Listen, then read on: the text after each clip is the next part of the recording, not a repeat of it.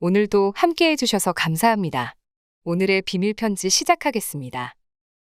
엄마는 자식한테 패 끼치기 싫다며 내 손으로 밥 먹고 내 다리로 걸을 수 있을 때 예쁜 엄마로 기억되고 죽고 싶다고 이야기했습니다. 엄마가 그럴 때마다 저는 왜 그런 소리를 하냐고 화부터 냈는데 지금 생각해보면 엄마가 왜 그런 생각을 했는지는 묻지도 못하고 엄마 없는 세상에 남겨질 내 걱정했던 것 같아요. 하나뿐인 딸에게 손에 물 묻히지 말고 살라고 엄마처럼 살지 말라며 이야기했었는데 엄마처럼 사는 게 어떠냐고 이야기하면서도 마음이 무거웠습니다. 엄마는 가난한 집에 없이 살다 보니 억울한 일도 많고 차별도 많이 받았어. 그래서 내 자식들한테는 가난 같은 거 그림자도 밝게 하고 싶지 않았어. 이 말을 들을 때마다 자식으로서 빚을 진 것 같아 항상 마음이 괴로웠습니다. 엄마한테 갚을 빚이 있다는 생각에 맛있는 걸 먹어도 좋은 데를 가도 엄마에 대한 미안함이 남아있었습니다.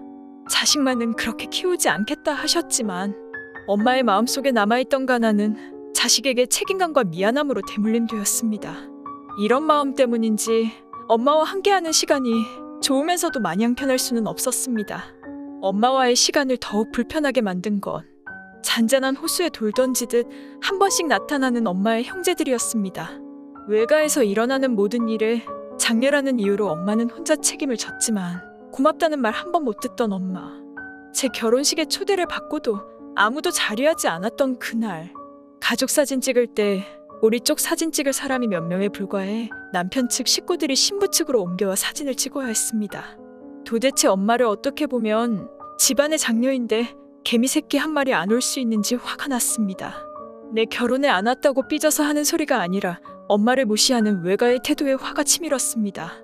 엄마는 대수롭지 않은 듯 얘기했지만 애써 괜찮은 척하는 엄마를 마주하고 있자니 엄마가 더 속상할까봐 남은 말은 꿀꺽 삼켰습니다.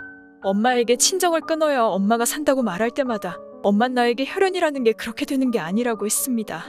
엄마는 마지막까지 좋았던 그때를 추억하며 그때로 돌아가고 싶었던 거겠죠. 엄마는 엄마의 형제들과 밥 함께 하고 싶어 했고 엄마의 뜻을 들어주고 싶어 연락을 했었습니다.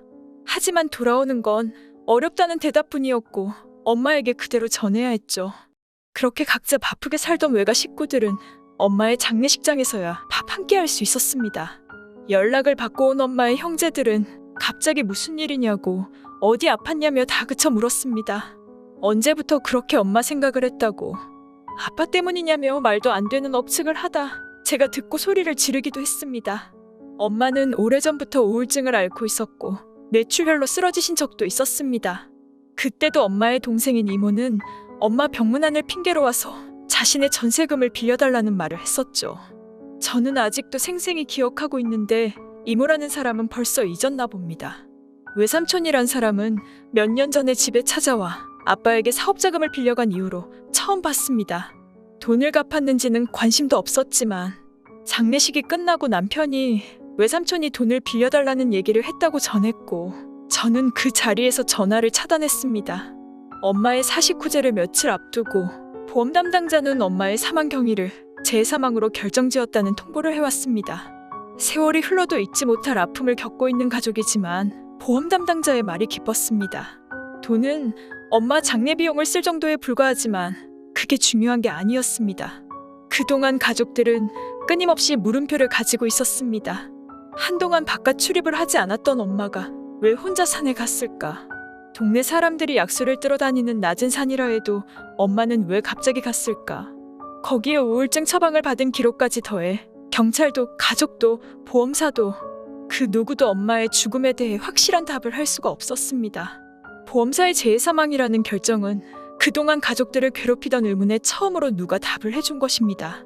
엄마의 사망 경위는 재해며 불의의 사고로 안타깝게 되었다는 보상 담당자의 말에 눈물이 왈칵 쏟아졌습니다. 시신의 모습으로 보아 추락 후 뇌출혈 및 심장마비로 인해 고통이 길지는 않았을 거라고 했습니다. 차라리 다행이라는 생각이 들었습니다. 겁 많고 추위를 많이 타는 엄마가 차라리 긴 시간 고통받지 않아 다행이라고요. 가슴 깊이 엄마에 대한 그리움이 휘몰아쳤습니다. 엄마는 평생을 그늘의 피내바라기처럼 가족의 사랑에 목말랐습니다. 남편도 자식도 대신 할 수 없는 어린 시절의 결핍을 엄마는 형제들을 통해 채우고 싶었는지 모릅니다. 부디 엄마가 하늘에서 모든 짐을 놓고 편히 쉬셨으면 좋겠습니다. 오늘의 편지 들어주셔서 감사합니다. 많은 댓글로 여러분의 의견을 남겨주세요.